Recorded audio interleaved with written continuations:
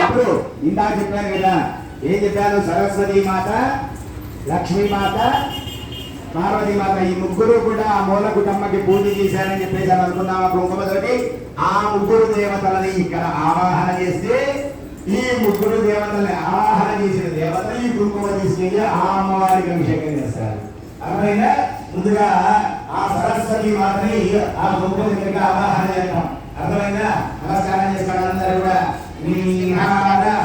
కనసార సుధాకరాభాం కళ్యాణదాం కనకచంబకధామభూషాం ఉత్తుంగవీనకుటుంబమనోహరాంగీం వాణీం నమామి సతతం వచసాం విభూత్యై సంయుతే జగదీయసీ గుణనిధి వైగుణ్య విభ్రంసిని రామోహమదాంధకారశమనీ రామద్రయోగి దేవి వదనాంబుజే వికసితా సంబోధిని దీపికా బ్రహ్మజ్ఞాన వివేక శుద్ధ విజయ విజ్ఞానమూర్ఛైన సరస్వతీ నమస్తే కామరూపిణి విద్యారంభం కరిష్యామి సిద్ధిర్భవతు మే సదా.